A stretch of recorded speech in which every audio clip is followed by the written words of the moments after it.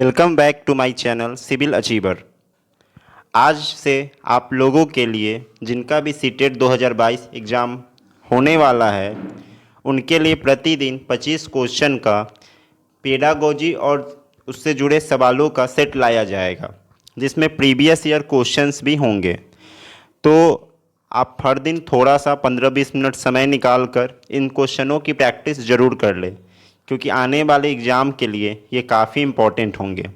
तो चलिए अब शुरू करते हैं। इससे पहले वीडियो को सब्सक्राइब ज़रूर करें, क्योंकि आपके मोटिवेशन से ही और सारे वीडियो बनेंगे। तो चलिए शुरू करते हैं। हमारा पहला सवाल है, राजमा चावल और छोले भटूरे कहाँ प्रसिद्ध हैं? हमारे option A Gujarat, option B Punjab, option C Mumbai या ऑप्शन डी मुंबई। तो आप लोगों को बताना है कि राजमा चावल और छोले भटूरे कहाँ प्रसिद्ध हैं। आपको 5 सेकेंड का वक्त मिलेगा, आप ट्राई करें और उत्तर अपने कमेंट बॉक्स में भी आप दे सकते हैं। तो अगर राजमा चावल और छोले भटूरे की बात करें तो यह पंजाब का प्रसिद्ध व्यंजन है, यानी पंजाब के लोगों के बीच काफ़ी पॉपुलर है। बढ़ते हैं अगले सवाल की ओर। हमारा दूसरा सवाल है, कर्णम मल्लेश्वरी किस खेल के लिए प्रसिद्ध है? तो कर्णम मल्लेश्वरी के बारे में हर कोई जानता है, क्योंकि यह प्रसिद्ध ओलंपिक मेडलिस्ट है। अगर बात करें ऑप्शन की तो हमारा ऑप्शन ए है कुश्ती, option B cricket, option C hockey और ऑप्शन डी वेट लिफ्टिंग। तो आपको यह बताना है कि कर्णम मल्लेश्वरी किस खेल की प्रसिद्ध खिलाड़ी हैं। आप लोग अपने ऑप्शन के लिए टाइम ले सकते हैं। तो अगर इस सवाल की बात करें तो Karnam Malleswari option D weight lifting से जुड़ी है और एक ओलंपिक मेडलिस्ट भी रह चुकी हैं। बढ़ते हैं गाइज अपने अगले प्रश्न की ओर। हमारा तीसरा प्रश्न है, ठंडे रेगिस्तान की बात करें कि ठंडा रेगिस्तान किसे कहा जाता है? Option A Ladakh, option B Kashmir, option C Rajasthan या ऑप्शन डी उड़ीसा। यानी आपको ये बताना है कि ठंडा रेगिस्तान किसे कहा जाता है, लद्दाख को, कश्मीर को, राजस्थान को या उड़ीसा को। तो आपके सही जवाब हैं ठंडा रेगिस्तान बोला जाता है लद्दाख को। तो आपको याद रखना है कि ठंडा रेगिस्तान कौन है, तो लद्दाख। बढ़ते हैं हम लोग अगले प्रश्न की ओर। हमारा चौथा प्रश्न है, सहजन के फूल के पकौड़े कहाँ बनते हैं? तो हमारे ऑप्शंस हैं महाराष्ट्र, बी केरल, सी गुजरात और डी असम। यानी सहजन के फूल के पकौड़े कहाँ बनते हैं? गाइज ये जितने भी सवाल हैं सभी ईबीएस एनसीईआरटी से लिए गए हैं और प्रीवियस ईयर में लगभग आ चुके हैं। तो इनको बिना किसी देरी के आप पढ़ें और समझें। अगर इस क्वेश्चन की बात करें, सहजन के फूल के पकौड़े कहाँ बनते हैं, तो ये पकौड़े महाराष्ट्र में फेमस है। यानी सहजन के फूल के पकौड़े महाराष्ट्र में बनते हैं। तो इसको याद रखें कि सहजन के फूल के पकौड़े कहाँ बनते हैं, तो ये महाराष्ट्र में बनते हैं। बढ़ते हैं पाँचवें सवाल की ओर। हमारा पाँचवा सवाल है, कंचनार के फूल की सब्जी कहाँ बनती है? Option A Maharashtra, option B Gujarat, option C Uttar Pradesh या ऑप्शन डी छत्तीसगढ़। तो अगर कंचनार के फूल की बात करें तो इसके लिए आप लोगों को बताना है इन ऑप्शनों में से कि सबका सही जवाब क्या होगा। तो अगर बात करें कंचनार के फूल की सब्जी की, तो यह सब्जी उत्तर प्रदेश में बनती है। यानी उत्तर प्रदेश कंचनार के फूल के सब्जी के लिए प्रसिद्ध है। बढ़ते हैं अपने छठे प्रश्न की ओर। हमारा छठा प्रश्न है, बोरा चावल की किस्म कहाँ मिलती है? Option A Jharkhand, option B Gujarat, option C Assam या ऑप्शन डी बिहार। यानी कौन सा राज्य है जो बोरा चावल के लिए प्रसिद्ध है? तो अगर बोरा चावल की बात की जाए तो बोरा चावल के लिए असम काफ़ी प्रसिद्ध है। यानी बोरा चावल की किस्में असम में मिलती है, जहाँ पर गाइज गेंडा नेशनल पार्क और काजीरंगा जैसे अभयारण्य भी हैं। बढ़ते हैं अपने सातवें सवाल की ओर। हमारा सातवां सवाल है, बिहू त्यौहार कहाँ मनाया जाता है? बिहू त्यौहार के बारे में ऑप्शन है ए झारखंड, बी गुजरात, सी असम या डी बिहार। यानी अगर बिहू त्यौहार की बात करें तो ये कहाँ पे सेलिब्रेट होता है? और आपको 4 ऑप्शन दिए गए हैं, आप अपना जवाब ढूंढें। तो गाइज अगर बिहू त्यौहार की बात करें तो बिहू त्यौहार असम में ही मनाया जाता है, यानी जहाँ पे अभी बोरा चावल की किस्में पाई गई थी वहीं का यह त्यौहार है असम बिहू। अगर वहीं कुछ अन्य त्यौहार की बात करें तो पोंगल तमिलनाडु में और ओणम केरला में मनाया जाता है। बढ़ते हैं अपने अगले सवाल 8वें सवाल की ओर। हमारा 8वां सवाल है भाषा अर्जन क्षमता किससे जुड़ी है। मतलब कि भाषा जो है अर्जित की जा सकती है, ये किसने कहा था। ऑप्शन ए जेन पियाजे, option B Skinner, option C Chomsky, option D Kohlberg. तो अगर बात करें भाषा अर्जन क्षमता की तो आपको यह बताना है कि भाषा अर्जन की क्षमता किससे विकसित हुई है। तो इसके लिए 2-3 सेकेंड का आपको वक्त दिया जा रहा है, आप बताएं। तो इसका सही जवाब है चॉम्स्की। भाषा अर्जन जो क्षमता है उसे चॉम्स्की ने बताया था कि बच्चों में भाषा अर्जन की क्षमता जन्मजात होती है, अर्थात वे जन्म से ही भाषा को सीख सकते हैं। बढ़ते हैं अपने 9वें प्रश्न की ओर। हमारा 9वां प्रश्न जो गणित पेडागोजी का है। हमारा 9वां प्रश्न है बच्चों को भिन्न की संकल्पना सिखाने में उपयोगी है, यानी हम किसके द्वारा बच्चों को भिन्न की संकल्पना सिखा सकते हैं। तो अगर बच्चों को भिन्न पढ़ाना है तो इसके लिए हम यूज करेंगे क्विकनाइजर छड़ का, यानी बच्चों को अगर भिन्न सिखाना है तो हमें क्विकजीनियर छड़ का उपयोग करना पड़ेगा। बढ़ते हैं 10वें प्रश्न की ओर। हमारा 10वां प्रश्न है मिर्ची को व्यापारी कहाँ से लाए थे, यानी मिर्ची व्यापार भारत में कहाँ से आया था। Option A Bharat, option B England, option C दक्षिण अमेरिका या ऑप्शन डी दक्षिण अफ्रीका। तो अगर बात करें मिर्ची की तो मिर्ची को कहाँ से लाया गया था। आप लोग के पास वक्त है, आप लोग बताएं। तो अगर बात करें मिर्ची की तो मिर्ची को व्यापारी दक्षिण अमेरिका से लाए थे, यानी हमारा ऑप्शन सी होगा। बढ़ते हैं 11वें प्रश्न की ओर। हमारा 11वां प्रश्न है दशमलव से जुड़े जोड़ घटाव गुणा भाग किस पर किए जाते हैं। यानी दशमलव से जुड़े जोड़ घटाव गुणा भाग जो भी क्रियाएं हैं उसके लिए उपयोगी है। हमारे ऑप्शंस हैं option A tangram, option B Jio board, option C graph paper या ऑप्शन डी डॉट पेपर। तो आपको बताना है कि दशमलव से जुड़े जोड़ घटाव गुणा भाग हम किस पर करते हैं। आपको ये चारों ऑप्शन दिए गए हैं।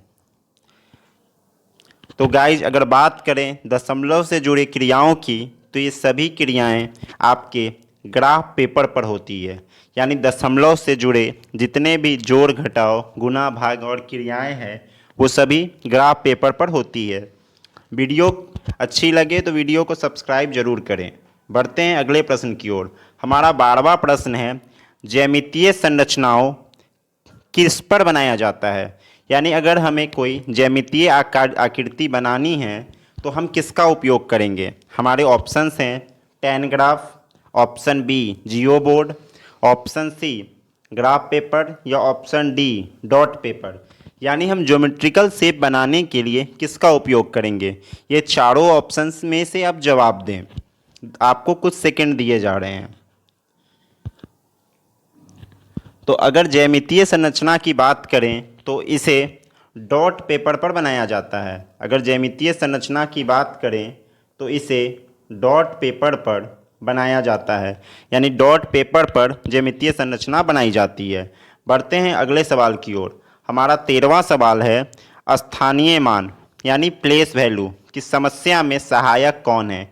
यानी अगर किसी बच्चे को प्लेस वैल्यू यानी स्थानीय मान की समस्या है तो इसका निदान कैसे होगा। हमारे ऑप्शन है ए अबेकस यानी गिनतारा द्वारा, ऑप्शन बी जियो बोर्ड द्वारा, ऑप्शन सी ग्राफ पेपर के द्वारा या ऑप्शन डी डॉट पेपर के द्वारा। तो आपको ये बताना है कि स्थानीय मान की समस्या में कौन सहायक है। तो हमारे सही जवाब हैं स्थानीय मान के लिए गिनतारा, जिसे हम इंग्लिश में अबेकस बोलते हैं। यह इसकी समस्या का समाधान है। यानी अगर बच्चों को स्थानीय मान की समस्या आ रही है तो उसे गिनतारा का प्रयोग सिखाएंगे। बढ़ते हैं अगले प्रश्न की ओर। हमारा अगला प्रश्न है इनमें से कौन सा जोड़ा ठीक है। यानी आपको दो ऑप्शन दिए गए हैं, एक तरफ राज्यों के नाम हैं और दूसरे तरफ वहाँ के नृत्य हैं। तो आपको बताना है कि कौन सा जोड़ा बिल्कुल सही है। तो अगर पहले ऑप्शन ए की बात करें तमिलनाडु लावनी, तो ये गलत है। क्यों? क्योंकि लावनी महाराष्ट्र का नृत्य है। अगर लावनी नृत्य की बात करें तो लावनी महाराष्ट्र का नृत्य है। ऑप्शन बी को देखते हैं कर्नाटक कथक, ये भी गलत है क्योंकि अगर कथक की बात करें तो कथक उत्तर भारत का नृत्य माना जाता है। कथक की बात करें तो कथक उत्तर भारत का नृत्य माना जाता है। ऑप्शन सी असम बिहू, ये बिल्कुल सही है क्योंकि बिहू जो है वो असम का ही लोक नृत्य है।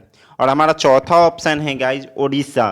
तो उड़ीसा में भारतनाट्यम गलत है क्योंकि भारतनाट्यम तमिलनाडु का नृत्य है। बढ़ते हैं हम लोग अगले प्रश्न की ओर। हमारा 15वां प्रश्न है।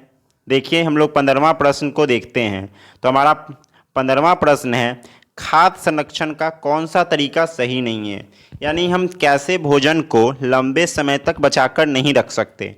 तो हमारे ऑप्शन ए सेब को जैम के रूप में बदलकर, ऑप्शन बी आलू को चिप्स में बदलकर, ऑप्शन सी कच्चे आम को अचार में बदलकर, या ऑप्शन डी दूध को पनीर में बदलकर।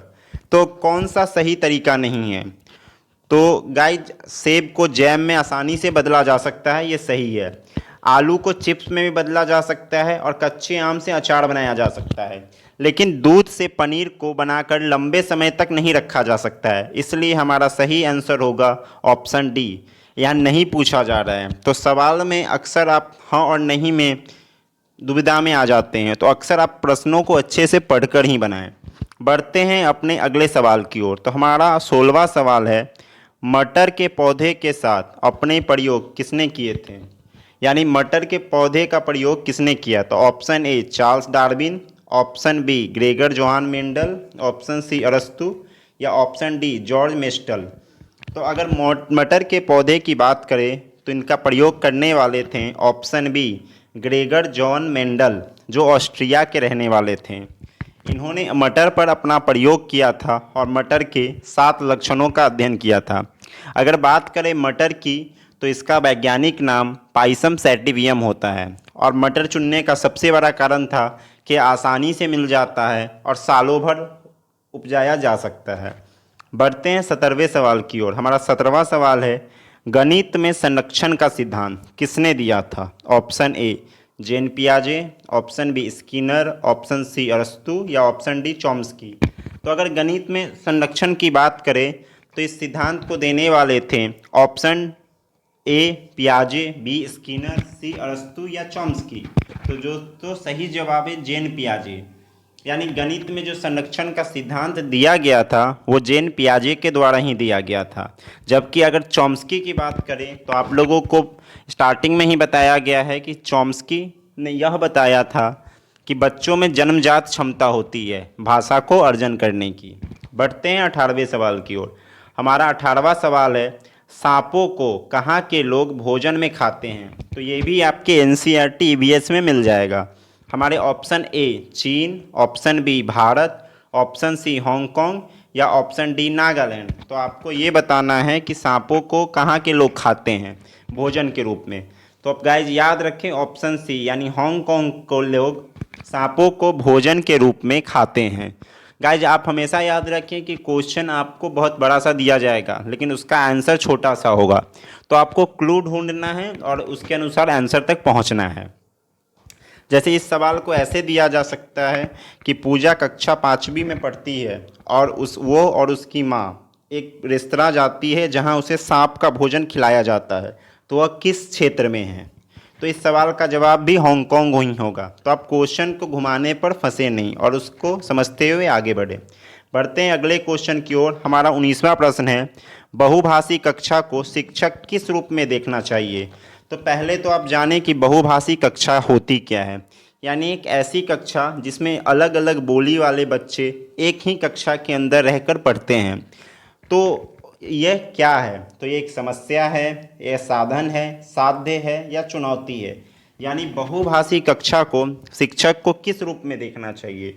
तो गाइज हमेशा याद रखें कि बहुभाषिकता संसाधन है, साधन है। क्यों? क्योंकि बहुभाषिकता से अलग अलग भाषाओं के बच्चों का शब्दों का आदान प्रदान होता है, उनकी भाषा संस्कृति सबका बदलाव होता है और दोनों को फ़ायदा मिलता है। बढ़ते हैं गाइज अंतिम प्रश्न की ओर। हमारा 20वां प्रश्न है, भारत के लोग किसके सापेक्ष उल्टे हो सकते हैं? ए चाइना, बी अर्जेंटीना, सी संयुक्त राज्य अमेरिका या डी अलास्का। तो आपको ये बताना है कि भारत के लोग किसकी तुलना में उल्टे हो सकते हैं, यानी उल्टे अक्षांश पे। ऑप्शन आपको दिए गए हैं चीन, अर्जेंटीना, अमेरिका या अलास्का। तो गाइस सही जवाब है अर्जेंटीना, यानी अर्जेंटीना के लोग हमारे सापेक्ष उल्टे हो सकते हैं। ये भी गाइस अगर इस क्वेश्चन की बात करें तो PYQ यानी प्रीवियस ईयर क्वेश्चन है। तो ऐसे ही प्रतिदिन आप 20 क्वेश्चन का सेट करें और ज़्यादा से ज़्यादा प्रैक्टिस करें। वीडियो को लाइक, सब्सक्राइब और शेयर जरूर